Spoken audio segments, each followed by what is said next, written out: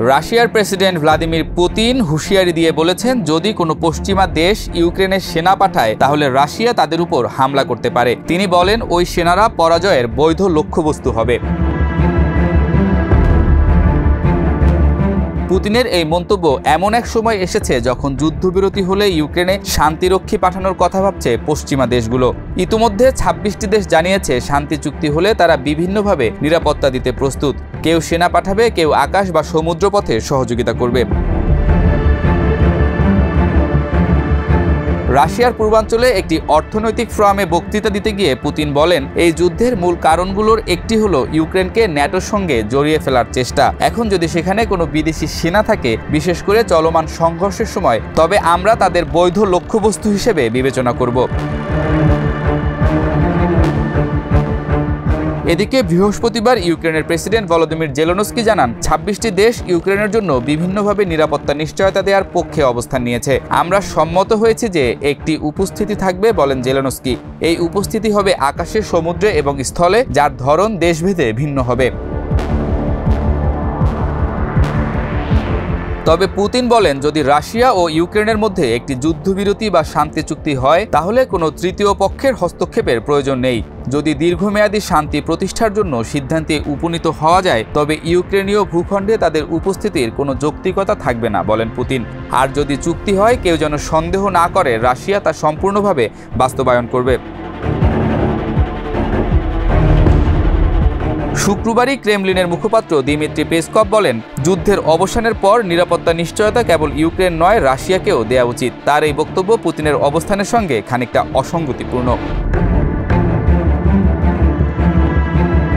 Peskov বলছেন, এই সংঘাত শুরু হয়েছিল যখন রাশিয়ার নিরাপত্তা কমতে শুরু করে এবং ইউক্রেনকে ন্যাটোর সঙ্গে জড়িয়ে ফেলা হয়। এরপর ন্যাটোর সামরিক অবকাঠামো ধীরে ধীরে আমাদের সীমান্তের দিকে অগ্রসর হয়। তাই যে কোনো শান্তি চুক্তিতে রাশিয়া ও ইউক্রেন উভয়ের জন্যই নিরাপত্তা নিশ্চিত করতে হবে। গত মাসে রাশিয়ার প্রতিনিধি মিখাইল উলিয়ানোভ পশ্চিমা দেশগুলোকে আহ্বান জানিয়ে বলেন, রাশিয়ার নিরাপত্তার বিষয়ে তারা কি দিতে পারে তা নিয়ে ভাবতে হবে। রাশিয়ার কর্মকর্তারা প্রায়ই এই সংঘাতের কথিত মূল কারণ হিসেবে ইউক্রেনের সার্বভৌম অস্তিত্ব এবং কোল্ড ওয়ারের পর ন্যাটোর পূর্বমুখী সম্প্রসারণকে দাবি করেন। বিদেশি শান্তিরক্ষীদের হুমকির পাশাপাশি গত সেপ্টেম্বরে রুশ উপপররাষ্ট্রমন্ত্রী সার্গেই রবকভ বলেছিলেন, পশ্চিমাদের সমর্থনের প্রেক্ষিতে পারমাণবিক অস্ত্র ব্যবহারের নীতিমালাও রাশিয়া নতুনভাবে বিবেচনা করছে। পুতিনের সর্বশেষ মন্তব্য এমন এক সপ্তাহে এলো যেটিকে অনেকেই রাশিয়ার নেতার জন্য কূটনৈতিকভাবে ইতিবাচক বলে মনে করছেন। বেইজিংয়ে চীন ও উত্তর কোরিয়ার নেতাদের সঙ্গে একই মঞ্চে দাঁড়িয়ে পুতিন দেখাতে চেয়েছেন, পশ্চিমা বিশ্বের বিচ্ছিন্নকরণ চেষ্টার পরও তার পাশে শক্তিশালী মিত্র রয়েছে।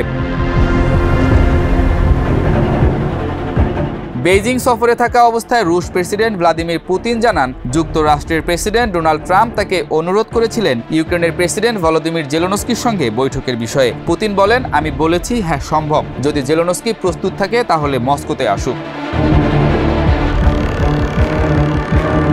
তবে ইউক্রেন এই প্রস্তাব সরাসরি প্রত্যাখ্যান করেছে।